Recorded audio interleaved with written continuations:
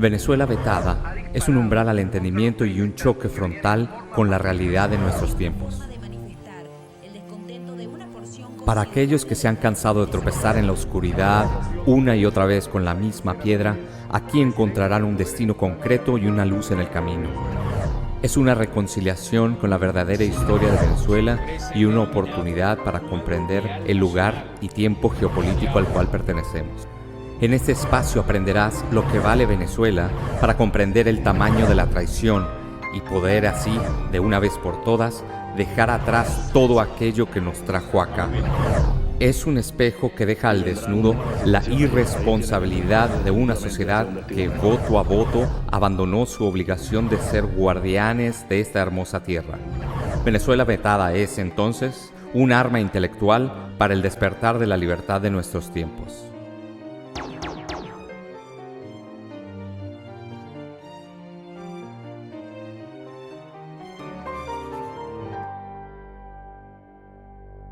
Hola, buenas madrugadas. Otra vez tengo el honor de conversar con una voz que desde hace años se mantiene firme frente a la mentira, la corrupción y la manipulación política.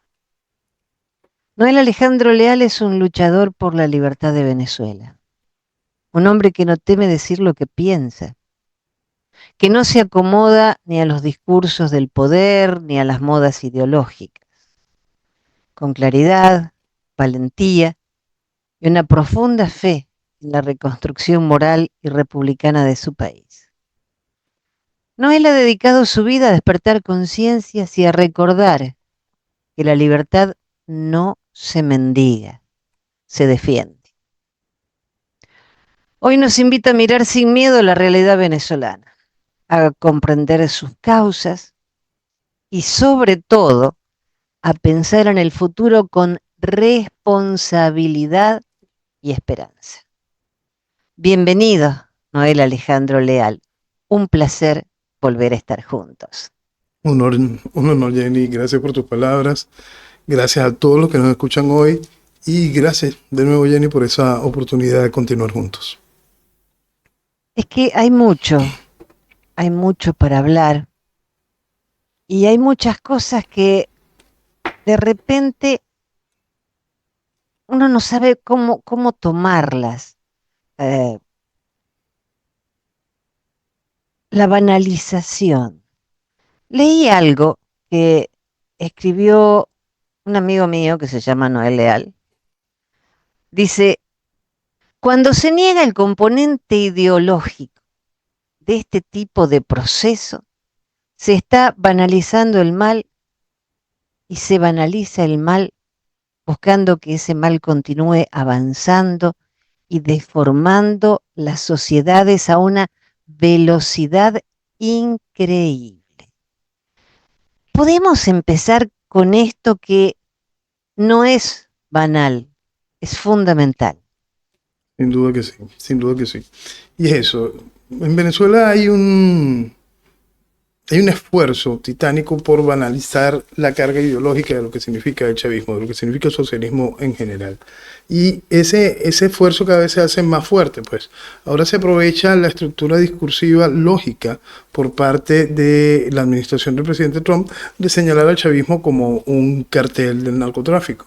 Pero asimismo se busca entonces desconocer todo el proceso ideológico de lo que se ha significado el chavismo, de lo que han significado este cuarto de siglo de imposición de una tiranía. En ese cuarto de siglo, cómo se ha adoctrinado, cómo se ha deformado una sociedad, cómo es posible el uso de la herramienta del socialismo en cada una de estas cosas y cómo no se pretende denunciar esto.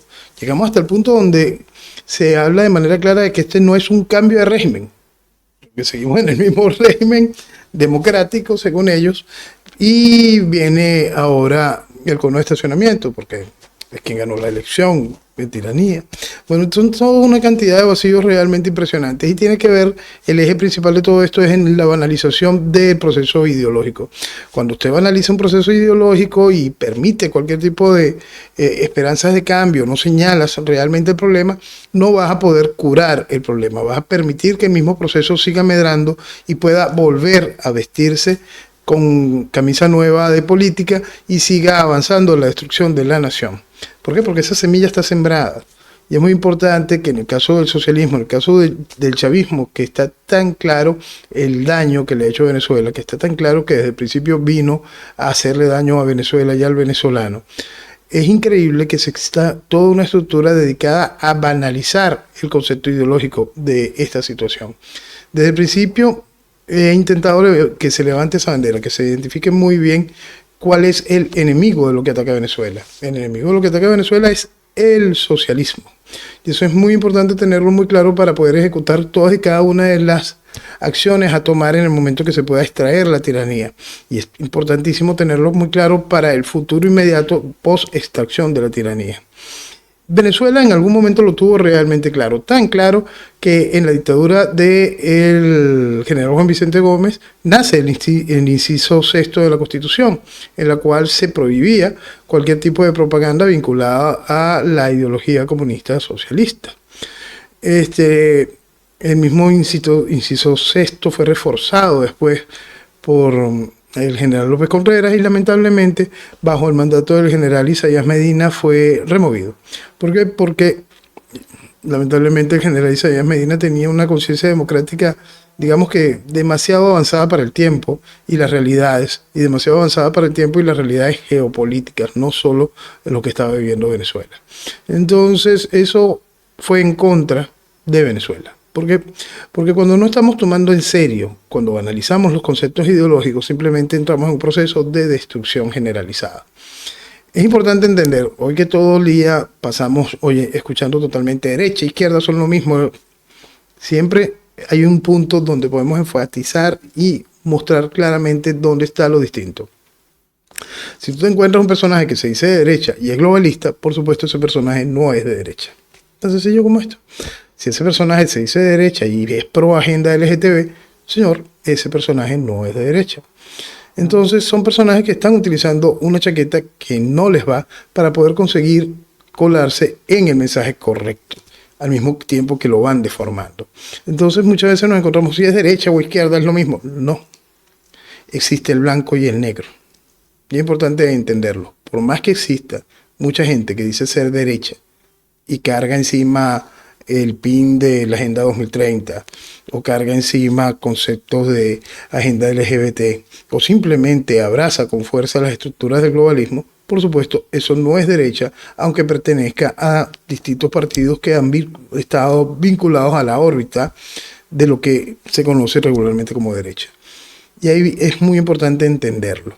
En el caso de Venezuela, la banalización del proceso completo es muy, muy grande. Y entonces, cuando nada más estamos señalando el asunto de este cartel de narcotráfico, ¿dónde queda la persecución política?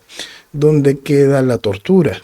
¿Dónde quedan las desapariciones, los muertos? ¿Dónde queda la destrucción del aparato económico venezolano? ¿Dónde queda un tercio del país fuera de su tierra? Todo organizado metodológicamente por un proceso revolucionario de carácter socialista. Entonces, cuando banalizamos el socialismo, simplemente estamos entregando el país al desastre. ¿Por qué se hace eso? Para mantenerlo, para hacer que el socialismo siga teniendo cuerpo político y pueda seguir subyugando a las naciones. Es bueno despertar, es bueno enfocar claro que lo que están haciendo al banalizar el proceso ideológico, lo que buscan es mantener, en el caso de Venezuela, la lápida asquerosa del chavismo por siempre por encima de Venezuela. Cuando se banaliza eso, también se banaliza a nivel mundial el socialismo y vuelve a quedar como el concepto de que el socialismo simplemente fue mal aplicado en Venezuela. No, lo que vivimos en Venezuela es socialismo. Lo que vivió la Unión Soviética es socialismo. Lo que vive Cuba es socialismo. Lo que hizo Pol Pot fue socialismo. Lo que hizo Hitler fue nacionalsocialismo. Es decir, mata, destruye, esclaviza. El socialismo siempre mata. Y banalizarlo es el peor de los pecados en política. Noel, ahora esta noticia de los hermanitos Rodríguez. Maduro va a renunciar en 3 años, entonces doña Delcy completará los otros 3 para llegar a los 6, pero por supuesto no se va a postular. ¿Es lo mismo para seguir legitimándolos? No solo seguir legitimándolo, vamos a ponerlo desde el punto de vista de esta gran cantidad de ofertas de transición que están saliendo, ¿no? Porque está esta transición directa de Maduro, renuncia y se encarga de Delcy, está la transición donde ofrecen al criminal Rodríguez Torres, también promovido por los mismos y por Zapatero para que se encargue de la transición. Cada una de estas transiciones supuestamente todas van aprobadas por Maduro. Entonces, esto es muy importante entender que mucho de esto, en mi opinión, es absolutamente falso. En mi opinión particular. Todas son absolutamente falsas. ¿Por qué? Porque simplemente tienen la pinta de ser un misil político. Y un misil político puede ser muchas veces más efectivo que hasta un misil físico. No, frenemos un poquitito ahí. Frene. ¿Qué es un misil político? Bueno, eso vamos. Ese misil político va a atacar a las bases directas del chavismo. ¿Por qué? Porque genera desconfianza. Genera, Maduro sí está negociando su salida. Y entonces, si en 3 años nos vamos, entonces lo que llega es de él sí, y es mejor irse poniendo en la buena. Y eso va generando un espacio de traiciones internas, de debilidades internas. Ese es el misil político. Tú lanzas un misil político que va buscando eso, socavar la estructura que sostiene al chavismo en sí. Entonces, toda esta gran mar de ofertas de transiciones, en realidad creo que simplemente es nada. Nada. Y eso es muy importante sostenerlo. En ningún momento yo veo al chavismo ofreciendo ningún tipo de transición para su salida, por más que la presión apriete lo suficiente como para pretender jugar ahora sí al chamorrazo. Nosotros explicamos en las anteriores elecciones, el chavismo no necesita chamorrazo porque no hay un enemigo real. El enemigo está en la costa. Sí, el enemigo está en la costa, el enemigo está muy bien armado, el enemigo es poderosísimo, y si el enemigo se levanta, por supuesto pierden todo. Ahora sí podemos jugar al chamorrazo.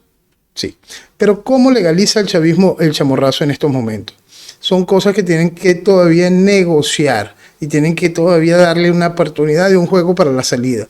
El chavismo no va a salir entregándose, porque si sale entregándose no se pueden volver a recomponer. El chavismo tiene que salir con una herida en la lucha, fuimos desbancados, y en ese momento sí pueden jugar al chamorrazo. Entonces todavía hay mucho espacio dentro de ese juego. ¿Qué es lo que está haciendo el presidente Trump? ¿Qué es lo que está haciendo la administración Trump con todo este tipo de operaciones? Lanzar misiles políticos que tienen su contundencia y tienen su efectividad. El asunto es que los misiles políticos son como cuando hablamos de las sanciones. Aprietan, pero no ahorcan. Uh-huh. Hay un dato importantísimo con respecto a toda esta realidad. Esta semana también el presidente Trump dijo que Maduro ha estado intentando ofrecer todo: petróleo, oro, minería, cada uno de este tipo de cosas. Y entonces cuando vemos eso y vemos el discurso de María Corina, es exactamente el mismo. Maduro ofrece Hablando todo. de esto, sí, el viernes creo que fue que escuché al presidente Trump. Estaba haciendo unas declaraciones anterior al encuentro con Zelensky y dijo no conocer quién es María Corina Machado, que es una mujer muy agradable, pero no la conoce. No la conocen. El presidente Trump tiene el tacto de nunca mencionarla por su nombre, y eso es un dato bien interesante a tomar en cuenta. En esa misma rueda de prensa, él mismo dice, sí, cada vez que iba sofocando un proceso de guerra, me decían, cuando sofoques el próximo te van a dar el Nobel. Y bueno, el presidente Trump dice, no me lo dieron, se lo dieron a una mujer muy simpática y generosa ella, no la conozco, no sé quién es. ¿Qué es eso? Eso forma parte de algo que explicamos desde el principio. El presidente Trump no va a hacer nada en pro de Venezuela mientras sea esa estructura opositora la que esté representando a Venezuela. Simplemente no va a pasar. Explicamos que esta misma estructura opositora es la misma estructura del interinato. Quien quiera mentirse diciendo que no, simplemente no está entendiendo absolutamente nada de cómo funcionan los mecanismos políticos y malos nacionales. Entonces, sí, es lo mismo, es la misma porquería. Y para el presidente Trump es eso, solo porquería. Y entonces lo engloba como un todo. Y por supuesto él entiende todo el concepto de esta jugada. Él entiende que en la jugada de la temporada pasada le pusieron a Guaidó, al guiado, para que no pudiese ejecutar ningún tipo de acción. Y ahora le ponen este parapeto del cono de estacionamiento y María Corina para no ejecutar ninguna acción. Cada vez que se habla de una acción unilateral por parte de los Estados Unidos, María Corina sale hablando de una coalición. Cada vez que se habla de que la acción debe ser militar, se habla cada vez más de paz, de paz, de paz, y te dan el Nobel de la Paz como para intentar blindar ese espacio, para que pueda seguir un supuesto hilo constitucional en Venezuela, en un país donde nada es legítimo desde que entró el proceso constituyente de 1999. Entonces, como hemos dicho en cualquier cantidad de oportunidades, la administración Trump no hará absolutamente nada real para la extracción del chavismo en pro de esta oposición. Lo hemos dicho desde el principio. Y simplemente es así. Eso no va a pasar. No vamos a tener salida con apoyo de la administración Trump para alcanzar la libertad, las primeras bases para las libertades, mientras eso sea la representación de la oposición. El país tiene que despertar ante esa realidad. Es una realidad que está bastante clara. Nosotros lo pusimos aún más claro la semana pasada cuando explicábamos que ese premio Nobel a María Corina se estaba usando a María Corina y a Venezuela como un insulto al presidente Trump. Creo que cada una de las acciones que ha marcado la Casa Blanca en sus tweets, cada una de las acciones con respecto a la reacción propia del presidente Trump con respecto al premio Nobel, dejan muy claro y establecido esa realidad. Lo que pasa es que también la gente quiere mentirse. Déjame volver, Jenny, un momento a esa expresión de cuando estábamos hablando qué quiere Maduro según Trump. Maduro está ofreciendo todo, oro, Cuando uno escucha a estas entrevistas que ha hecho el hijo de Trump con la desconocida, con María Corina, es lo mismo. María Corina viene y ofrece todo para los Estados Unidos. Vamos a hacer todo esto. ¿Y dónde está el nacionalismo? ¿Dónde está entender lo que vale Venezuela? ¿Dónde está el posicionarse para realmente negociar? ¿Dónde está el valor de lo que es tu país? ¿Dónde está la oportunidad de entenderte con el tipo que está allá, que es un hombre de negocios? Y si te ve regalando las cosas, simplemente no te va a tomar en serio.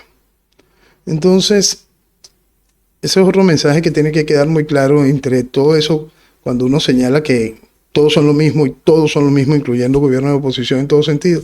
Es esa manera en como quieren intentar entenderse hoy con el presidente Trump. Maduro ofrece todo para sobrevivir. María Corina ofrece todo para que la dejen llegar a la presidencia. Es muy vergonzosa la situación que se está viviendo en Venezuela en ese sentido. Ahora, ¿qué cambió en la política de Trump hacia Venezuela del primer mandato a este? Fíjate, tiene que ver mucho con lo que estábamos hablando de la banalización de lo ideológico. Es lógico que la administración Trump en esta temporada haga lo que está haciendo. Pero la primera temporada de la administración Trump nos dio toda la respuesta que uno viene explicando desde hace mucho tiempo e hizo el gran favor. Yo siempre hablo de que, en lo particular, yo siempre le voy a estar agradecido al presidente Trump, sobre todo por esa primera administración, porque ese hombre se tomó la molestia de decir 2 veces en la Sala General de las Naciones Unidas y 3 o 4 veces en el discurso del Estado de la Unión, decir de manera muy clara que el problema de Venezuela es socialismo. Socialismo. En aquel momento hablaba de Venezuela, ese país increíble, ese país bonito, ese país extraordinario que estaba siendo mancillado por una estructura socialista, que lo que ha destruido a Venezuela es el socialismo, y utilizaba a Venezuela y la destrucción socialista como ejemplo de lo terrible que es el socialismo para una nación. Ahora llegamos a esta segunda temporada, y esta segunda temporada cuenta con lo que también explicamos durante la administración Biden, que son los estigmas que iban a marcar a Venezuela. El primer estigma era una cosa muy bien programada, que era este asunto del Tren de Aragua y inyectar criminalidad para que dentro del concepto de destruir a Venezuela y al venezolano, el venezolano estuviese marcado por eso. Y el otro estigma grande es que toda nuestra estructura opositora, la misma estructura que ha hecho que el país vote en tiranía una y otra vez, es la misma estructura que fue de venezolanos con Biden y venezolanos con Kamala. Entonces, por supuesto, esos estigmas están. A eso hay que sumarle lo del interinato, a eso hay que sumar cualquier cantidad de cosas que reflejan que esa estructura simplemente está al servicio contrario a los intereses de los Estados Unidos. El presidente Trump es un hombre nacionalista, es un hombre que entra dentro de estos conceptos que llaman patriotas. Y es un hombre que entiende que un país se respeta, se le da valor y espera que ese valor sea representado por cada uno de los miembros que identifican a cada uno de esos países. Entonces, cuando él se tiene que sentar con algo tan ridículo como Macron, por eso lo maltrata. Pero Macron no defiende los intereses de Francia. Es una cosa ridícula. Entonces se siente un segundo con la Meloni y le llama con aprecio. ¿Por qué? Porque ella sí está defendiendo los intereses de Italia. Ajá. Lo mismo sucede hacia acá. Si tú tienes a dos personas regalando el país, por supuesto, más desprecio va a sentir hacia ambos. Noel, Trump tiene en la mira a los carteles mexicanos cuando pone las embarcaciones frente a Venezuela, porque eso hay que sumarle también que asegura que autorizó a la CIA a operar dentro de Venezuela para frenar la inmigración ilegal y el narcotráfico. Ok. La CIA operando en Venezuela. Bueno, quien crea que la CIA no operaba en Venezuela no está entendiendo cómo funciona la CIA. Yo creo que no se abrió el primer pozo de petróleo cuando ya, antes de que la CIA se llamara CIA, ya la estructura del Buen Pastor estaba. Entonces, lo que pasa es que hay gente recontra pendeja. Y una cosa es cuando le dice a la CIA, ok, vamos a empezar cómo accionar. Vamos a mandar esto en dos bandas también. Déjame volver a lo de la CIA en Venezuela, pero previo vamos a tocar eso. Trump pone en la mira a los carteles mexicanos. Cuando salieron todo el paquete de leyes especiales que se atribuía la administración Trump para atacar de manera directa a los carteles, nosotros explicábamos que el objetivo eran los carteles mexicanos. Vimos todo este movimiento en el Caribe, pero explicábamos que el objetivo son los carteles mexicanos. Ya esta declaración refuerza lo que fue la explicación primaria. ¿Por qué? Porque 2 y 2 son 4. Entonces hay que entender cómo funciona el juego. El problema de los Estados Unidos es su frontera de tierra, y es con México. Entonces, en cuanto a lo que es droga y tráfico de cualquier cantidad de cosas, y por supuesto, allí sí vamos a ver una acción mucho más contundente, y puede sonarles absurdo, más contundente, pero el gobierno de la Sheinbaum no está tan rayado como el gobierno de Maduro. No se preocupen por eso. Lo que viene es realmente complicado en ese sentido. Pero cada una de estas estructuras legales no eran para un asunto de Venezuela. Lo explicábamos en su momento. Es para México. Ok. Ahora vamos a lo de la CIA en Venezuela. La CIA en Venezuela se enfrenta a un proceso bastante delicado, por ridículo que parezca. ¿Por qué? Porque las primeras labores de la CIA, siempre para intentar tumbar un gobierno, es llegar ofreciendo dinero. Vamos a ofrecerle dinero a este generalote para que venga y presione y se reúna con los suyos. Y bueno, esto no puede costar 300 millones de dólares. Mira, vamos a llevar el presupuesto a 1.200 millones de dólares y podemos conseguir que cambien el gobierno. Y esa sería la actuación regular de la CIA. Pero imagínate una agente X de la CIA teniendo que sobornar a cualquier generalote de esto y le llega, mira, te tengo aquí 300 millones de dólares. Y ese generalote le dice, no, eso es lo que está guardado ahí en la casa del perro, por si yo tengo una emergencia. ¿Por qué? Porque aquí han robado tanto que esos números son los reales. Entonces, imagínate la gente de la CIA teniendo que enfrentarse a eso. Entonces la gente de la CIA pasa a la segunda, los escándalos. Escándalos sexuales en Venezuela. Chiste. Bueno. Entonces, la gente de la CIA se devuelve otra vez a la oficina a pensar, ¿qué hacemos? Bueno, ya no nos quedan escándalos sexuales, no nos quedan, vamos a acusarlos de narco. Chamos, tenemos todo el alto gobierno acusado de narco. Toditos, están, no he visto los cartelitos, están todos. Bueno, pero vamos a sembrarle un bote de droga. Ajá, ¿quién los va a capturar? La DEA no puede trabajar dentro del país. Nosotros no podemos trabajar de manera abierta sacándole droga. Entonces la CIA en sus métodos tradicionales está bastante amarrado. Lo que pasa es que la gente jura que la CIA es extracción militar y van a mandarla a Lucille y lo sacan. No, así no funciona. La CIA hace un trabajo de socavar con inteligencia. Y a la hora de la verdad, por supuesto, acciona mano militar. Pero la hora de la verdad no es tal en estos momentos. Y hay que terminarlo de comprender. Es una gran irresponsabilidad pensar que se extrae la tiranía y no se sabe qué se coloca. Hay una oferta barata. Estaba la oferta que ofrecía la estructura de María Corina, que decía, no, ya con los barcos y la cosa esta, aquí va a haber un golpe de Estado y se va a reconocer el hilo constitucional y nos vamos a quedar con el coroto y todo lo demás, y eso por supuesto es altamente ridículo, es intentar jugar a la democracia, y hemos conversado en 400 oportunidades qué es lo que pasa cuando usted trae una tiranía y se juega a la democracia. Las fotos de Libia, de Siria, deberían de bastar, pero bueno. Entonces, cuando se trae una tiranía y no se impone una dictadura, el país se pierde. Entiéndanlo. Entiéndanlo de una buena vez y dejen de pensar en tanta pendejada. Ok. La realidad es que el asunto es mucho más delicado en Venezuela, porque las apetencias por pedazos de Venezuela son realmente extraordinarias y la capacidad de hacer daño por parte del proceso revolucionario se pierden de vista. Entonces, cuando la gente no tiene conciencia de esa realidad, simplemente piensa en fantasías de cosas que no van a suceder.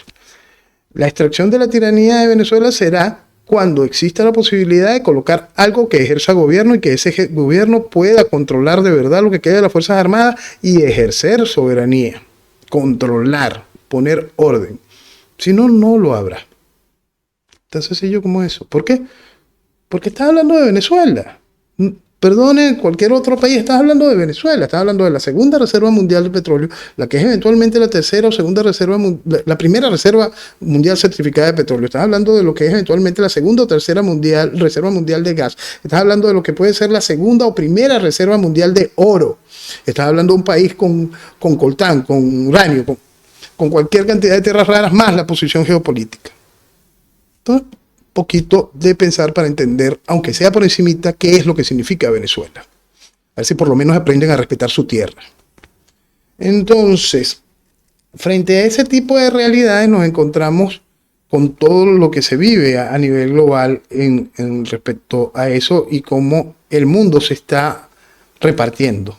Entonces es muy importante siempre sacar todos esos cálculos teniendo en cuenta que el mundo está siendo repartido y entendiendo de que el presidente Trump, a la hora de la verdad, es un hombre de doctrina Monroe. América para los americanos. Noel, ¿por qué justo ahora renuncia el jefe del Comando Sur, el almirante Alvin Huxley? Bueno, clara no está el hecho de la renuncia, más allá de supuestos acciones incómodas, reacciones incómodas entre él y el secretario de Guerra, antiguo secretario de Defensa. Lo cierto es que este es un cargo que cuando se llega, el periodo mínimo es de 2 años, ya está hasta 4, y él va a salir sin cumplir siquiera el año. Y tiene que ver directamente con la acción de la Armada de los Estados Unidos en el área del Caribe. Hay cosas que a veces cuesta mucho manejarlas para un militar cuando no entiende la acción política de utilizar los dientes militares y no morder. Quizá nuestro amigo el almirante quería morder y no entiende que fue enviado simplemente para sacar los dientes. Entonces este tipo de acciones siempre generan algún tipo de malestar. También puede haber un malestar moral en el cual dice: estoy gastando un misil para matar a unos traficantes baratos que pudiera pararlos cualquier guardacosta. Quizás no quiere entender el mensaje político de lo que significa que la lancha estalle y cómo le sube los costos operativos a los narcos. Y ese tipo de cosas van generando roces. Y roces que se hacen incómodos y peligrosos a la hora de tomar decisiones puntuales. ¿Por qué? ¿Qué ha hecho la administración Trump al hacer este cambio del Departamento de Defensa al Departamento de Guerra? Está cambiando toda la mentalidad que le había hecho durante muchísimos años daño a la Fuerza Armada General de los Estados Unidos. Está poniéndola de pie después de que estaba arrodillada, acostadita, pintándose los labios y jugando a la agenda de género. Está poniéndola de pie y necesita que cada una de las reacciones que sean emanadas por parte de la Secretaría de Guerra sean no discutidas, sean verticales. Y eso genera un proceso de intercambios incómodos. Entonces lo que estamos viendo hoy con este almirante en el Comando Sur, pasado mañana lo podemos ver con cualquiera de los encargados de la flota del Pacífico o cualquiera de los que manejen bases de los Estados Unidos, coordinen bases de los Estados Unidos en Europa. Recuerdo que la semana pasada habían hablado de maniobras del gobierno venezolano con una fusión cívico-militar, policial y todo eso, y que por Margarita iban los barcos.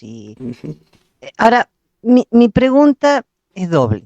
Primero, si a mí me van a invadir, mi función es cuidar, no encallar un barco. Ok. El barco, ¿por qué encalla el barco y por qué el barco sufre? Sufre porque eso es lo que ha convertido Chávez en lo que queda de la Fuerza Armada venezolana. ¿Por qué? Porque si tú pones a gente para robar, por supuesto, el mantenimiento no funciona, los radares no funcionan, nadie está pensando como debe pensar, no se han hecho los estudios de zona y el desastre ocurre. Eso hay que sumarlo a que el resto está en las payasadas de uniones cívico-militares con policías y cualquier cantidad de cosas, en el sueño revolucionario de la guerra de un pueblo y cada una de estas cosas que tiene su propia fantasía revolucionaria como constante, siempre en manos de la izquierda. Lo gracioso de todo esto es parte de lo que tú estabas diciendo. Tú te preparas para la defensa porque te van a invadir. Pero cuando uno ve los videitos de esta gente, son videos donde ellos están atacando, están tomando playas y haciendo cosas de estas. Señor, si te van a invadir, lo que tienes es que hacer ejercicio de defensa, no de ofensiva. Pero bueno, eso es parte del asunto divertido de este show en el cual han convertido a Venezuela. Ahora, te das cuenta que uno se pone a leer noticias y termina riéndose. Sí, nos pasa mucho. Es muy difícil esto. También quiero resaltar algo que hace mucho que no hablaba. Mi amigo el Pollo. El pollito. Dice que Lula, los Kirchner, Petro eran financiados por el chavismo. El antiguo jefe de inteligencia admitió vínculos con el narcotráfico y el terrorismo, por supuesto esperando que la colaboración con la DEA le baje un poquito los años de condena. Sí. Esto, no sé, Carvajal está dispuesto a entregar documentación inédita que podría interesar tanto al Departamento de Justicia como la Administración de Control de Drogas. Yo estoy casi totalmente segura de que ellos saben todo. A lo mejor le hace falta el papelito. Puede que le haga falta el papelito, sobre todo en el asunto Lula. En el asunto Lula, poder controlar a Lula es algo realmente apetitoso. Entonces, poder controlar a Lula sí es algo realmente apetitoso. En cuanto a los demás, no. Todos lo saben y todos han sido la propia basura. Interesante también es cuando el Pollo empieza a jugar las cartas de qué se financió en Europa. Y vamos a encontrar cómo fue financiado distintos movimientos en Italia, cómo se financia no solo al PSOE sino al PP, cómo se financia partidos en Portugal, y el asunto es saber si el Pollo también sabe cómo se han financiado eventualmente a distintos representantes o miembros del Senado, tanto estadales como federales en los Estados Unidos. Entonces, esos son los puntos muy interesantes, porque allá quizás no estamos viendo un financiamiento directo a una estructura de partido o movimiento, pero sí puede haber la huella del financiamiento de un representante en específico. Y eso tiene su lógica. Vamos a suponer que todo esto es una suposición, ¿ok? Vamos a suponer que en algún momento se logra la conexión para que un representante de un estado X sea financiado por parte del chavismo. Ese representante está conectado de manera indirecta a todo lo que hemos ido señalando de lo que era Smartmatic, Sequoia, Dominion y la nueva empresa que, porque ahora están cambiando el nombre de Dominion, a Dominion Voting System están cambiando el nombre, y todo al final eso es Soros. Es decir, fíjate como todo esto también nos une al último ciclo, todo es izquierda. Pero vamos a suponer que ese representante está ahí. Y la única función de ese representante en ese congreso estadal es impedir que se pida foto a la hora de votar. Ese es su voto. ¿Y qué abre eso? Las puertas al fraude. Y el premio es enorme cuando se hace un fraude. ¿Qué pasa si ese premio del fraude es el estado de California? Entonces, por eso estas cosas nunca se pueden mirar en chiquito si uno no entiende las dimensiones de las acciones. Cómo se logra colocar este tipo de situaciones. Y ese es uno de los grandes problemas con los que se enfrentan los Estados Unidos. Son problemas que en la mira aparentemente tiene el director del FBI, Kash Patel, y que está haciendo sus investigaciones muy regulares con respecto a ese tipo de personajes y cómo ese tipo de personajes tiene una serie de conexiones que pudiesen llevar mañana a acusaciones por traición a la patria. ¿El pollo tiene algo sobre eso? En lo particular no lo dudo. Él también ahora con Italia, con el movimiento Cinco Estrellas, con Beppe Grillo, eh, con Gianroberto Casaleggio. O sea, desparramaron plata por el mundo entero. Todos lados, en Francia con Melechón, y es por todos lados, fíjate, la gente, porque todo esto, Lugo, Ollanta Humala, Los- Celaya, Petro. por todos Por lados, todas partes. y la gente no entiende qué tan lejos se puede llegar. Tú sabes que hace años, precisamente en la Ucrania prorrusa, de allí salió un misil de una batería de defensa antiaérea que dio contra un vuelo de una línea aérea de Malasia. ¡Pum! Y cayó el avión, pues. Cayó el avión. El comandante de esa zona, un comandante rebelde que se defendía de los ataques de Ucrania, sacan una foto del hombre en su oficina. Y por supuesto el hombre tiene una foto donde se ve Lenin, en el fondo tiene una bandera rusa y cada una de este tipo de cosas. Y en esa oficina también había una foto de Chávez. Ujú. Piensen cómo tiene que correr lobby y dinero para que en aquel tiempo, en ese principio de lo que posteriormente sería lo que es hoy la guerra rusa contra Ucrania, eso existiera. Entonces, eso es muy importante comprenderlo, que es un trabajo de penetración, de financiamiento, de ubicación, que toca directamente a todas las cosas del Foro de Sao Paulo, que por supuesto entra dentro de los países de Iberoamérica de la parte europea, que por supuesto ha corrido con otros países en América que no tienen nada que ver con el Foro de Sao Paulo, pero también traspasó las fronteras en todo sentido. Debemos recordar que Chávez, de sus 10 años de gobierno, pasó completo, 365 días repartiendo dinero por el mundo, haciendo contactos. Y debemos recordar que de esos 365 días, la mitad los hizo con Maduro. Sí. Entonces entendamos cómo funciona el aparato internacional del chavismo. ¿Te puedo llevar a Europa? Por favor, me encantaría. Una cumbre. Budapest, Trump, Putin, Zelensky y un tal Orbán. Bueno, vamos a armarla con orden. Zelensky no está.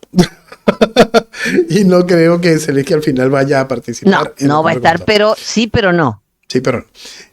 Lo importante de todo esto es otra cosa que habíamos explicado desde el principio. ¿Quién es el protagonista de la película aquí? Orbán. Y desde cuando estamos hablando de que ese era el eje final, creo que fuimos muy claros que cuando se habló hasta de esta reunión en Alaska, en lo particular yo sentí la duda. ¿Y por qué? Bueno, por supuesto se iba a tratar lo del Ártico, pero ¿por qué no es de una vez en Budapest? Y por supuesto ahora es en Budapest. ¿Por qué? Porque el mensaje es muy claro. El mensaje es reforzar a Orbán frente al desastre que es Europa. ¿Se puede jugar a algo más? Sí, mañana Trump puede forzar la barra y decirle a Orbán, vamos a hacer una cena después y trae a Meloni, nada más a Meloni, para cachetear a la von der Leyen y a toda la estructura, Macron, toda esta partida de payasos, que lamentablemente estos países lo que cuentan son con empleados de estructuras mucho más poderosas y son descaradamente simplemente eso. Es increíble que uno pueda referirse en esos términos frente al canciller alemán y da muchísimo dolor. Porque estamos hablando de Alemania, ¿no? Estamos hablando de un país increíble con una fuerza, la verdadera locomotora de Europa. Cuando uno ve este impresentable que está como primer ministro de Inglaterra, son cosas realmente impresionantes que este tipo de situaciones estén sucediendo y en lo particular el presidente Trump las tiene muy claritas y sabemos que Putin las tiene muy claritas y por eso sabemos también que Orbán las tiene y ellos encuentran en Orbán un espejo donde mirarse en ese proceso bicéfalo que vendrían a hacer las supuestas posturas distintas de Putin y Trump.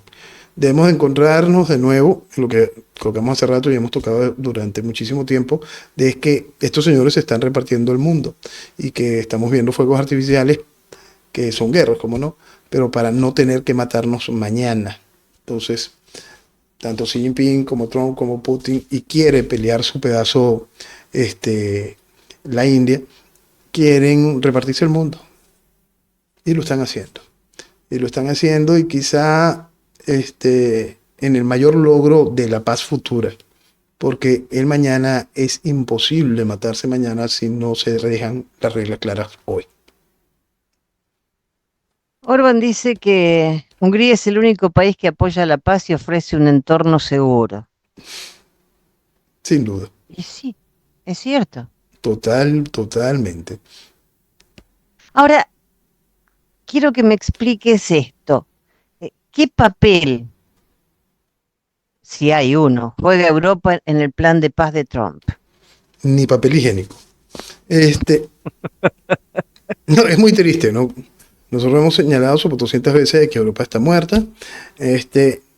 Europa, para que Europa pueda vivir, ha de morir la Unión Europea. Y esa es la realidad. ¿Qué papel juega Europa? Juega quizá un papel financiero en el asunto de que vamos a rearmar Europa comprando armamento hecho en los Estados Unidos. Y entonces eso sí entra dentro del plan de Trump. ¿Por qué? Porque se beneficia su industria militar y por supuesto van a vender más, van a facturar y la industria militar va a estar satisfecha en el hecho, ok, no nos llevas a la guerra, pero nos consigues clientes para venderles armas, entonces todo el mundo está feliz en ese sentido. Quizá ese es el único papel que juega Europa en cualquier tipo de decisiones con respecto a la paz en el juego de Ucrania-Rusia. Quiero hacer énfasis de nuevo en eso. No va a haber paz. Allí no va a haber paz. Más bien vamos a seguir viendo cómo se pueden llegar hasta que exista una discusión nueva entre Putin y Trump. Por cierto, Putin dejó muy claro que quien se merecía el Nobel de la Paz era Trump. Por las dudas. Puede haber mañana una nueva discusión y entonces salga otro tipo de armamento para Ucrania. ¿Por qué? Porque esa guerra ha de continuar. La excusa tiene que estar para que Rusia pueda seguir avanzando hasta conectar con Transnistria. Eso no se va a detener hasta que eso no se conecte. Ahora hablan de que Europa, por ejemplo, quieren ayudar a Gaza, que van para su reconstrucción, $50.000 millones. Lo dijo doña Ursula von der Leyen, que van a proporcionar financiamiento. Sí. Y con la excepción de Tony Blair, aún no han anunciado otros nombres para formar la Junta de Paz. Bueno, esta Junta de Paz también tiene que ver con los procesos de paz que encabezó el presidente Trump. Precisamente para el 2020, con el inicio de los acuerdos de Abraham, con un documento especial, no, ya los acuerdos de Abraham tenían un ratico rodando, un documento especial de un reconocimiento mixto por parte de países de la península arábiga y todos países sunitas e Israel, un reconocimiento que le estaban brindando el presidente Trump para el 2020. ¿Por qué? Porque esa es la realidad. Cuando la gente dice, no, es que no estaba inscrito para el Nobel antes de enero, ridículos. Si ya para la administración pasada estaba sobrado en valores como para obtener un tan desprestigiado galardón como es el Nobel. Pero bueno, si la gente quiere mentirse, miéntase. La realidad de todo esto es que todo lo que tiene que ver con Gaza hay que separarlo y hay que entenderlo dentro de la dimensión. Precisamente tocamos el punto de que son gobiernos sunitas, no gobiernos chiitas, y menos un gobierno persa. Y tenemos aquí el eje de lo que es ese eventual gobierno en Gaza. Ese eventual gobierno en Gaza tiene la obligación de terminar de exterminar a Hamas.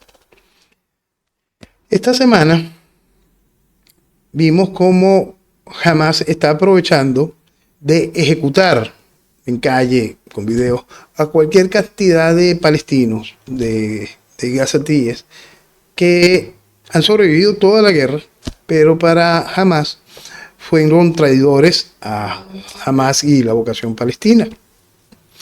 Y como sobreviviste y parece que hasta te bañaste, te vamos a matar. Y han ejecutado cualquier cantidad de personas. Entonces, por eso está este mensaje de los últimos del presidente Trump al respecto, donde le dicen tienen que dejar de matar gente o vamos a tener que ir a matarlos a ustedes. Entonces, ¿eso va dentro del acuerdo de paz? Sí, sí va dentro del acuerdo de paz, porque era una exigencia que jamás dejara de matar. Y están matando. Todos sabemos al final cuál es el final del cuento, ¿no? Por supuesto va a haber más acción militar. ¿Y el acuerdo para la paz funciona? Sí, funciona. Porque la realidad es que jamás tiene que ser exterminado. Y la realidad es que todos los países sunitas quieren que toda la influencia chií en la zona desaparezca. Y en eso están trabajando tan en conjunto y tan de acuerdo en cada uno de los sistemas que encontramos una fotografía interesante también esta semana. Esta semana vimos cómo Putin se estrecha también la mano al presidente sirio. Al presidente sirio que era miembro de Al Qaeda y de ISIS. Ese hombre que le da por matar cristianos, aquel que en los Emiratos hicieron que estrechara la mano del presidente Trump, aquel que fue recibido hace poco también por Marco Rubio, el mismo ya fue recibido por Trump, por Putin. Y estamos hablando de Siria, la consentida de Rusia en el Medio Oriente, la Siria que Rusia protegió al gobierno de Al-Assad durante todos los años de la guerra civil, la Siria que Al-Assad está hoy en Rusia. Bueno, este personaje fue también a Rusia a tomarse una fotico con Putin. Ese es el mundo. Ahora, la Junta de Paz, Alemania, Francia, el Reino Unido querían tener un representante. Ninguno fue invitado. No. Pero Italia sí sería, supongo, como fue mucho más solidaria con Israel, podría ser aceptable. Podría ser aceptable y también hay un poco de historia. También hay que entender varias cosas con respecto a la historia y unas ciertas deudas históricas de tiempos modernos que están allí. Cuando hubo la estupidez esta de las primaveras árabes, que yo la definí como cada primavera árabe en un invierno islámico y cada una de este tipo de cosas se fueron viendo en ese momento, hay que entender que cuando detonaron el proceso de primavera árabe en Libia se le hizo muchísimo daño a Italia. Y a Italia como concepto político, como garante de controles políticos en otros países, ¿no? Dada la influencia que tenía Italia sobre Trípoli. Todo ese tipo de realidades, todo ese proceso que sobre todo aceleró Francia, en el caso de la primavera árabe que se llevó por el medio a Gaddafi, fue una estructura rechazada por Italia en su momento. Y ahora de alguna manera se tiene que compensar también esa posición dentro del concierto de las naciones a un país como Italia. Hay un tema que me tiene muy preocupada. La absolución llegó, pero hablar en contra del Islam no puede ser un delito. Por fin la audiencia de Málaga absolvió a Custodio Ballester y Jesús Calvo, los sacerdotes, porque dicen que decir la verdad sobre el Islam no es delito. Pero es espantoso que esto llegue a una audiencia en Málaga para absolverlos por decir la verdad. Ya sí estamos viviendo un mundo donde la verdad, donde el sentido común, bien sea por una expresión religiosa que simplemente está mostrando una realidad. Tú agarras el Corán y ahí te lo dice. No tienen que inventar nada, simplemente tienen que agarrarlo. Si tú agarras el Corán y lo lees esta es la religión de la paz, tú tienes un problema. Eso es como agarrar solo el Antiguo Testamento y quedarte solo con el Antiguo Testamento, tú te vas a encontrar con muchas sorpresas. Entonces, la realidad de todos estos asuntos es que vivimos en una sociedad, la sociedad global, busca ponerle freno al sentido común, ponerle freno a la verdad, ponerle freno a la razón. Y te encuentras cosas como esta, y más cuando es Málaga, estamos hablando de España. Sin España, el desarrollo católico cristiano a nivel global simplemente sería algo realmente ínfimo frente a lo que somos como fe. Entonces, ver este tipo de reacciones en España se hacen cada vez más difíciles, ¿no? Pero forma parte de eso que es global, donde el sentido común está siendo atacado de una manera absolutamente descarada. Y, y hay cosas de que no son tapa de noticia, no se trata, como la cantidad de cristianos que están asesinando, por ejemplo, en Nigeria, Sin y duda. nadie dice nada. Y los musulmanes están invadiendo el planeta y nadie dice nada. Lo hemos dicho en todos los idiomas desde aquí. Hemos explicado que el proceso de fundamentalismo islámico marca un brazo dentro de los procesos de esta revolución neocomunista que no solo afecta a Venezuela, que sigue siendo este mismo proceso. Hemos explicado cómo el fundamentalismo islámico se aprovecha de la debilidad propia de la izquierda para poder penetrar en cada uno de estos países. Hemos explicado en cualquier cantidad de oportunidades que la religión más atacada en estos tiempos, más perseguida, más eso, que asesinan a sus fieles es el cristianismo. Y eso es una gran realidad. Entenderla también forma parte, entenderla, atacarla, señalarla, forma parte de todo lo que se tiene que hacer, en los cuales entra también la mentira de la que hablamos constantemente. Si lo señalas, estás diciendo algo que es censurable. Increíble. Noel, no nos queda mucho tiempo, pero no quiero dejar de lado Perú, Perú. la generación Z. ¿Qué pasa? La generación Z. Bueno, Perú, nosotros hemos hablado muchas veces de Perú, hemos hablado que ninguno de los presidentes pueden o no terminar periodos, todo el mundo termina preso o suicidado, bueno, como le sucedió a Alan García. Y bueno, por supuesto, esta última etapa llega Pedro Castillo se convence de que puede hacer un Fujimorazo, por supuesto le queda ridículo, le pusieron un peine, lo pisó. Llega la Boluarte, que fue realmente una cosa salvaje en los años que gobernó. Por supuesto, hoy es desbancada. Y llega el Guaidó del momento. Este es el presidente del Congreso y llega el guiado del momento. Este es un tipo que a mí cuando llegó me preguntan quién es y yo le puse un impresentable oportunista. Bueno, hoy es el presidente del Perú. Y eso ha desatado una serie de protestas. Lo gracioso es que ahora todo es generación Z. Es igual que los conceptos de la primavera árabe y ahora todo es generación Z. Es que ni siquiera les da para poder entender las realidades de cada uno de los países y todo lo pretenden englobar porque ahora es los movimientos a través de redes sociales, todo esto es generación Z. Entonces, lo que sucedió en Nepal es generación Z, lo que está sucediendo en Marruecos es generación Z, lo que está sucediendo en Madagascar es generación Z, lo que está sucediendo en Perú es generación Z. ¿Cuánta paja para distraer a la gente frente a lo que son las realidades de lo que sucede con cada uno de los pueblos frente a sus realidades puntuales y las necesidades? Y como siempre es la misma brecha generacional la que sale a la calle a pecho desnudo. Nuestra generación Z en Venezuela era aquellos soldados de franela, aquellos jóvenes que salían con escudos de cartón. Entonces, por supuesto, no cuadra la fecha de la generación Z, pero siempre es la misma gente. Un poquito de madurez ayudaría mucho que la gente se sacara ese festival de paja de la cabeza y se enfocara frente a las realidades para poder avanzar en medio de tanto humo, de tanto espejismo, dentro de tanta necedad. Noel, se nos está quedando cortito el tiempo, pero, o sea, a veces te pones a pensar en lo que estás leyendo cada semana, en las cosas que están ocurriendo, y no veo un cambio o una luz como para decir, por aquí puede mejorar. Eh, ¿No te desilusiona un poco ver que siempre es lo mismo, que la gente se repite las mismas cosas, que no quieren ver lo que ocurre? Una Es un poco cosa frustrante. es muy frustrante cuando hablamos de la gente, pero sí estamos viendo unos cambios realmente extraordinarios. Realmente extraordinarios.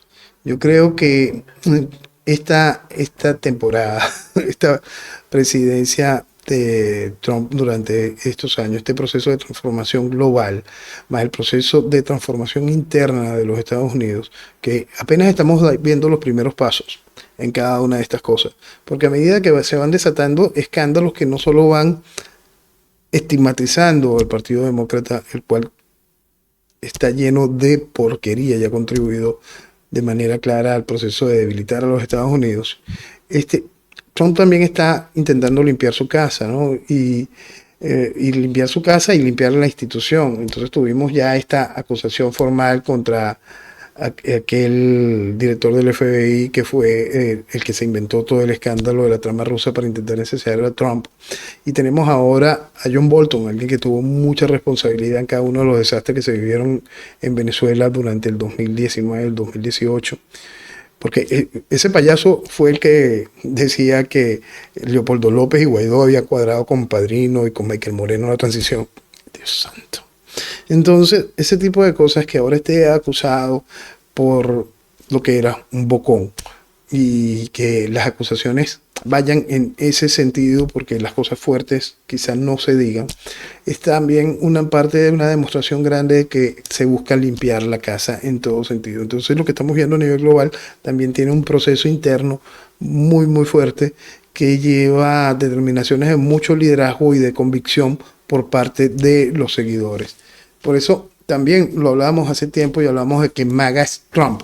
Entonces vamos a ver cada vez más personajes que han sido fuertes para MAGA atacando al presidente Trump, marcando un poquito de distancia y como creyendo que tienen una vocería independiente o que pueden llevar al presidente Trump hacia donde son sus intereses.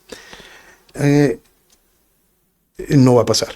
Y más después del asesinato de Charlie Kirk. Entonces, hay que entender todo eso en sus dimensiones y sus realidades para poder comprender que ese proceso de transformación interna de los Estados Unidos va dentro de ese proceso de transformación global que estamos viviendo.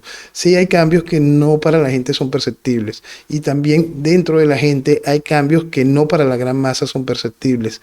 No lo entienden porque están muy ocupados en ese gran proceso de estupidización global y en ese proceso de banalización, no solo de lo ideológico, sino ese proceso de banalización hasta del modo de vida.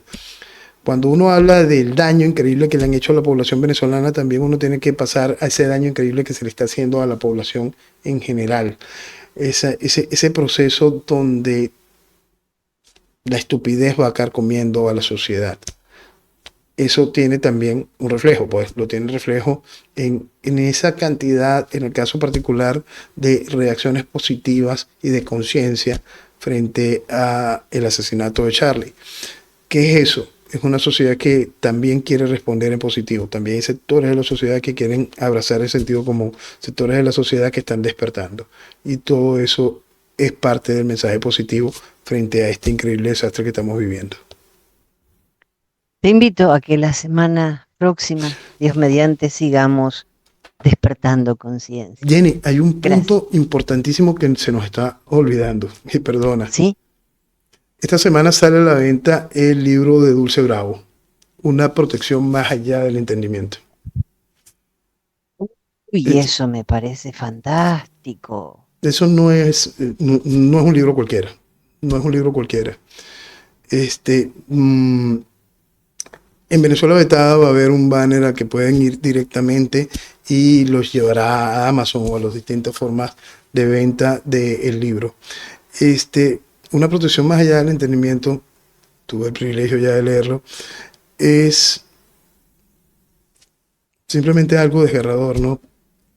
Simplemente es una realidad oculta durante tantos años, ¿no? Porque estamos hablando de que las torturas, lo que Dulce refleja en la parte más cruda del libro, estamos hablando de 2003, 2004, 2005. Es decir, desde el principio el chavismo secuestra, persigue, secuestra, tortura y mata.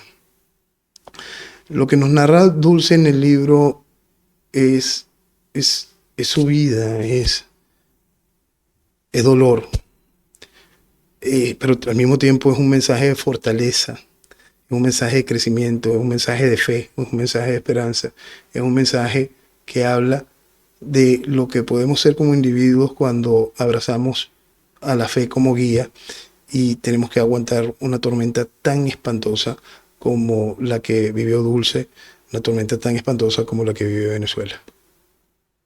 Este libro está en Amazon, ¿no? Sí, está en Amazon.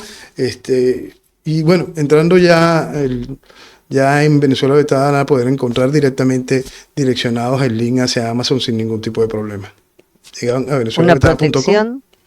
Una protección más allá del entendimiento. Perfecto. Dulce Bravo, la primera presa política del chavismo. Sí. Lo voy a leer y la semana que viene lo comentamos. Perfecto. Espero tu comentario. Gracias, Noel. Gracias a todos, señores. Muy buen día y que viva Venezuela. Viva Venezuela.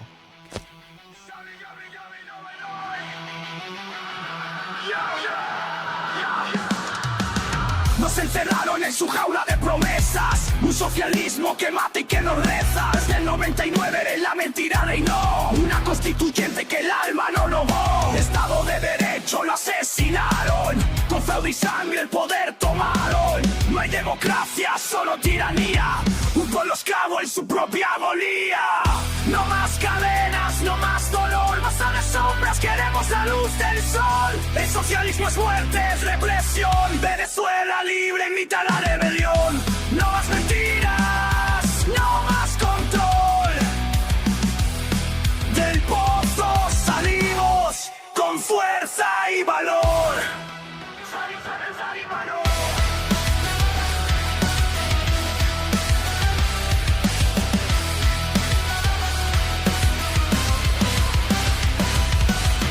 Nos vendieron un sueño, un hombre nuevo, pero nos dieron miseria, un futuro muerto, socialismo en cámara lenta nos ahogó, dictadura disfrazada que el país quebró. El DPJ se fue, pero la plaga quedó, socialistas vueltos, el mal se sembró. La oposición juega su tablero, legitimando un régimen que es veneno puro y certero.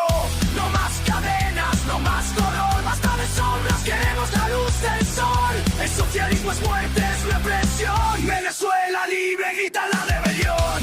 No más mentiras, no más control. Del pozo salimos con fuerza y valor.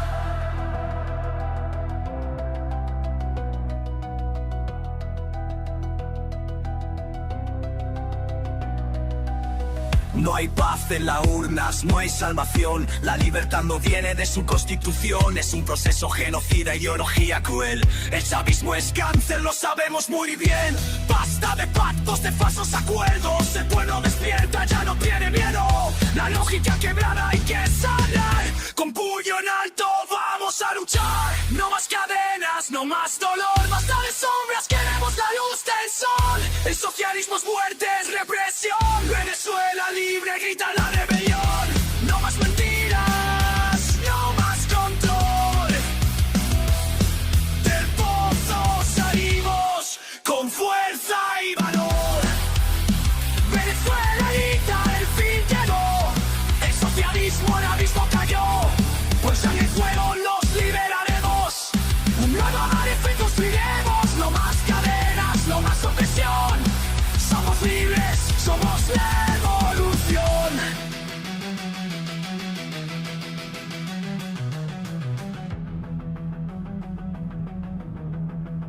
Xavi